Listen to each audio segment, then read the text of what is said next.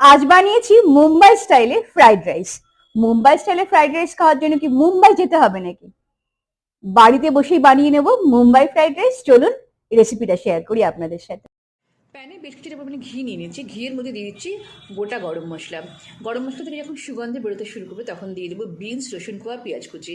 এগুলোকে ভালো করে আগে ভেজে নেব। তারপরে দিচ্ছি লাল ক্যাপসিকাম, হলুদ ক্যাপসিকাম, গ্রিন ক্যাপসিকাম, টমেটো, মটরশুঁটি ও গাজর কুচি। এটাকে ভালো করে ভাজতে হবে। তার মধ্যে দিয়ে দিতে হবে নুন, হলুদ, কাশ্মীরি লঙ্কার গুঁড়ো দিয়ে ভালো করে ভেজে এর মধ্যে দিয়ে দেবো কাঁচা লঙ্কা কুচি। ভাতটা আমি আগের থেকে 90% বয়েল করে রেখেছিলাম। এটা আবার সবজির সাথে ভালো করে মিশিয়ে নেব। নিয়ে এর মধ্যে সামান্য পরিমাণে চিনি দেবো।